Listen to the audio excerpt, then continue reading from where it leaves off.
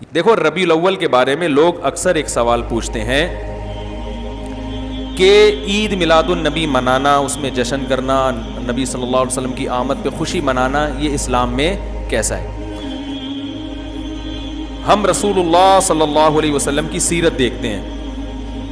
پہلی بات تو یہ کہ 12 ربیع الاول نبی کا یوم ولادت ہے، اس پر کوئی صحیح روایت موجود نہیں ہے. اگر ہے تو بھائی کوئی دکھا دے، بھائی یہ روایت ہے، اس کے یہ راوی ہیں، سارے ثقہ راوی ہیں، ایسی کوئی روایت موجود نہیں ہے.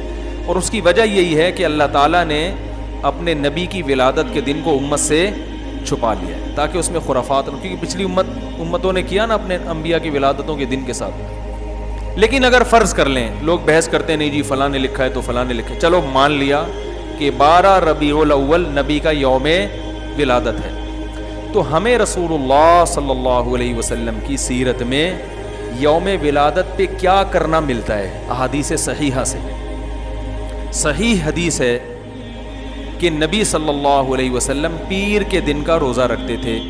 صحابہ نے پوچھا کیوں؟ آپ نے فرمایا یہ میرا یوم ولادت، پیر کو آپ پیدا ہوئے. اب دیکھو پیر کو نبی نے روزہ رکھ کے یہ بتا دیا کہ اس میں عید کا تصور نہیں ہے، کیونکہ عید اور روزہ جمع بولنا پڑے گا آپ لوگوں کو، جمع نہیں ہو سکتا. اب اس کو سیلیبریٹ نہیں کیا جا سکتا. جس دن روزہ ہو جائے گا نا، اب وہ سیلیبریٹ کرنا اس کو ممکن ہے ہی نہیں، اس میں جشن کا تصور ہی ختم ہو گیا. جو ہماری عیدیں ہیں ان میں روزہ رکھنا جائز ہے. عید الفطر کو کوئی روزہ رکھے؟ بولو بھائی. اگر جس دن روزہ رکھا وہ عید نہیں ہو سکتی، جو عید ہے وہ روزے کا دن. کیا خیال ہے؟ عید اور روزہ ایک دوسرے کے کیا ہیں؟ اپوزٹ. کیونکہ عید ایک خوشی کا دن ہے اور اس کو سیلیبریٹ کرنا ہے. تو سیلیبریٹ جو کیا جاتا ہے کھا پی کے کیا جاتا ہے یا بھوکا رہ کے کیا جاتا ہے؟ دیکھو آپ کے بچے کا امتحان میں پاس ہو گیا اچھے نمبروں سے، بہت خوش ہیں آپ نے تمام رشتہ داروں کو فون کیا، بھائی میرا بچہ 100 نمبروں سے پاس ہوا ہے، میں بہت خوش ہوں اور میں اب جشن مناؤں گا، ایک سیلیبریٹ کروں گا اس کو. بھائی کیسے کریں گے؟ بھائی آپ تمام لوگوں سے گزارش ہے کہ صبح کا ناشتہ بھی چھوڑ دیں اور کل دوپہر کا کھانا بھی چھوڑ دیں. ہاں بھائی یہ کیا ہو گیا؟ بھائی یہ خوشی ہے یا کوئی غم ہے بھائی؟ روزہ کوئی غم کی علامت نہیں ہے لیکن خوشی بھی نہیں ہے. خوشی کا مطلب خوشی کو سیلیبریٹ کرنا نہیں ہے، منانا. خوش ہونا ایک الگ چیز ہے، خوشی منانا. بھائی خوش ہونے پر تو ہم بھی کوئی پابندی نہیں لگا رہے کہ آپ 12 ربیع کو خوش ہو جائیں. مسئلہ ہے خوشی منانا.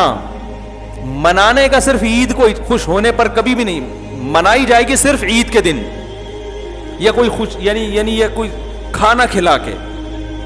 تو آپ کے بچہ 100 نمبروں سے پاس ہوا، آپ نے کہا کہ ہم خوشی منائیں گے. بھائی کیسے منائیں گے؟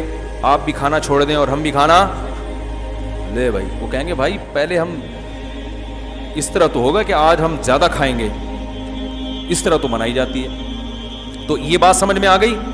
دوسری بات، دوسری دلیل، جمعے کا دن بھی چھوٹی عید ہے نا، اس کو بھی عید کہا گیا ہے روایتوں میں. اسی وجہ اور عید کے بہت سارے احکام جمعے کے دن بھی لاگو ہوتے ہیں. غسل کر کے نہا دھو کے مسجد میں اجتماع ہوتا ہے، عید کے دن بھی غسل کر کے نہا دھو کے اجتماع ہوتا ہے. نبی جمعے کے دن بھی اچھے کپڑے پہنتے تھے، ہم عید کے دن بھی بولتے کیوں نہیں اچھے کپڑے پہنتے ہیں؟ جمعے کے دن بھی خوشبو لگا کے نہا دھو کے، عید کے دن بھی ایسے ہی. اور حدیث میں جمعے کے دن کو بھی روزے کے ساتھ خاص کرنے سے منع کیا گیا ہے. لا تختصوا لیلۃ الجمعۃ بصلاۃ ولا یوم الجمعۃ بصوم. حدیث میں آتا ہے جمعے کی جو رات ہے اس کو عبادت کے ساتھ خاص مت کرو اور جمعے کے دن کو روزے کے ساتھ خاص مت. جمعے کو روزہ رکھنا کوئی اضافی فضیلت نہیں ہے. ویسے جائز ہے روزہ رکھنا کہ آپ کی چھٹی جمعے کو ہوتی ہے اس لیے رکھ لیا تو ایک الگ بات ہے، لیکن اس کو خاص فضیلت دے کے رکھنا تو یہ مکمل عید تو نہیں ہے. اس میں عید کا لک بہرحال بولو بھائی ہے. خطبہ بھی ہے، جیسے عیدین میں خطبہ بھی ہوتا ہے، 2 رکعتیں ہیں، عیدین میں بھی 2 رکعت، تو لک ہے اس میں. اب ذرا ٹیکنیکل پوائنٹ کو سمجھیے گا آپ لوگ. یہودی سب سے پرانی قوم ہے، ان کے لیے جو مقدس دن تھا وہ کون سا تھا؟ ہفتہ، اور وہی ان کی چھوٹی عید تھا. سب سمجھ رہے ہیں نا, اسی میں وہ اجتماع کرتے تھے. عیسائی اس کے بعد آئے, ان کے لیے کون سا ہوا؟ اتوار کو, جو ہفتے کے بعد ہے. مسلمان ان کے بھی بعد آئے, تو ہمارے لیے کون سا ہونا چاہیے تھا؟ پیر. اور یہ یوم ولادت بھی تھا, تو اس کو تو زیادہ فضیلت ہونی چاہیے تھی نا بھائی, عقلی لحاظ سے بھی اور جو حکمت ہے اس کے لحاظ سے بھی. عقلی لحاظ سے اس لیے کہ وہ پہلے تھے تو ہفتہ, پھر اس کے بعد اتوار, تو اب ہمارے لیے پیر. اور اس لیے بھی کہ نبی کا یوم ولادت ہے, تو یہ بطریق اولا پیر کے دن کو فضیلت ملنی چاہیے تھی, کیونکہ وہ نبی کا یوم ولادت ہے. لیکن چونکہ اس میں عید کا کانسیپٹ ہے نا, اس لیے پیر کا نہیں ہوا, بلکہ ریورس کر کے کہاں لے گئے؟ جمعے کی طرف. تو پیر کے دن یا نبی کے یوم ولادت سے عید کا کانسیپٹ اسلام نے کھرچ کھرچ کے نکال دیا ہے کہ اس میں عید کا کانسیپٹ ہو ہی نہیں سکتا, اپوزٹ ہے اس کا, روزہ ہے.